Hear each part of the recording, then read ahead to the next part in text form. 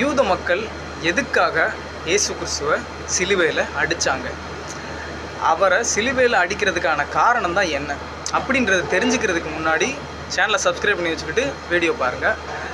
இயேசு கிறிஸ்து தன்னை நான் தான் கடவுள் அப்படின்னு அறிவித்தார். அந்த ஒரு காரணத்துக்காக மட்டும்தான் இஸ்ரவேல் மக்கள், அதாவது யூத மக்கள் இயேசு கிறிஸ்துவை சிலுவையில் அடித்தாங்க. அதுவும் அவர் எப்படி சொன்னார் அப்படின்னா, டைரெக்டாக நான் தான் கடவுள் அப்படின்னு சொல்லாமல் அவர் இன்டைரக்டாக சொன்னார்.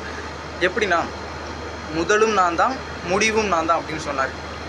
அதுக்கப்புறமா இவங்களுடைய தலைமுறை, அதாவது ஆபிரகாம் அப்படின்ற ஒருத்தருடைய தலைமுறை வழியாக வந்தவங்க தான் அந்த யூத மக்கள், சரிங்களா? அந்த ஆபிரகாம் பல வருடங்களுக்கு முன்னாடி இறந்து போயிட்டார். ஆனால் இயேசு கிறிஸ்து என்ன சொல்கிறாருன்னா, ஆபிரகாமுக்கு முன்னே நான் இருக்கிறேன் அப்படின்னு சொன்னார். ஸோ அது ஒரு ரீசன். அடுத்து பார்த்தீங்கன்னா, அந்த ஆபிரகாம் வழிபட்ட கடவுள், சரிங்களா? இயேசு கிறிஸ்து அவருக்கு அப்புறமா வந்தவர். ஆபிரகாம் ஒரு கடவுளை வழிபடுறாரு. ஸோ இந்த மக்கள் ஆபிரகாமின் தேவன் அப்படின்னு சொல்கிறாங்க. அந்த கடவுளுக்கு பேர் இவங்க வைக்கல, அவர் ஆபிரகாமின் தேவன் அப்படின்னு சொல்கிறாங்க.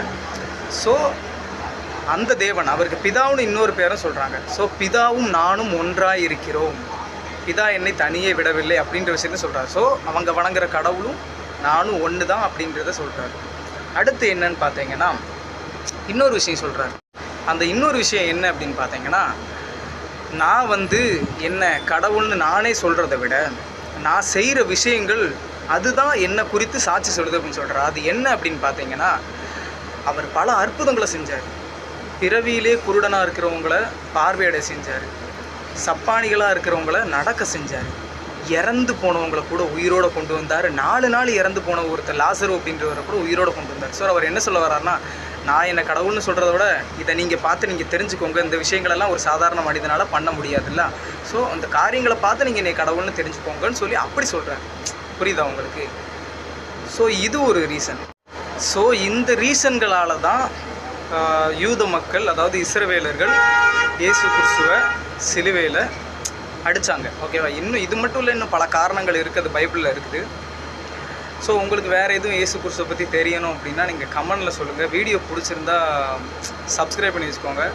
இதை பற்றி தெரியாத உங்கள் நண்பர்களுக்கும் நீங்கள் ஷேர் பண்ணுங்கள். ஓகேவா? கிறிஸ்தவர்களுக்கு மெயினாக சொல்கிறேன். ஸோ உங்களால் அவங்கக்கிட்ட சுவிசேஷம் சொல்ல முடியலைன்னா கூட இந்த மாதிரி வீடியோ அவங்களுக்கு நீங்கள் ஷேர் பண்ணுறது மூலமாக அந்த வார்த்தைகளை அவங்கள தொடலாம். ஓகே? ஸோ சுவிசேஷத்தை எப்படியாவது ஷேர் பண்ணுங்கள், எப்படியாவது சுவிசேஷத்தை அறிவிங்க. ஓகே? Praise the Lord. அடுத்த ஒரு நல்ல ஒரு வீடியோவில் பார்ப்போம். பாய்.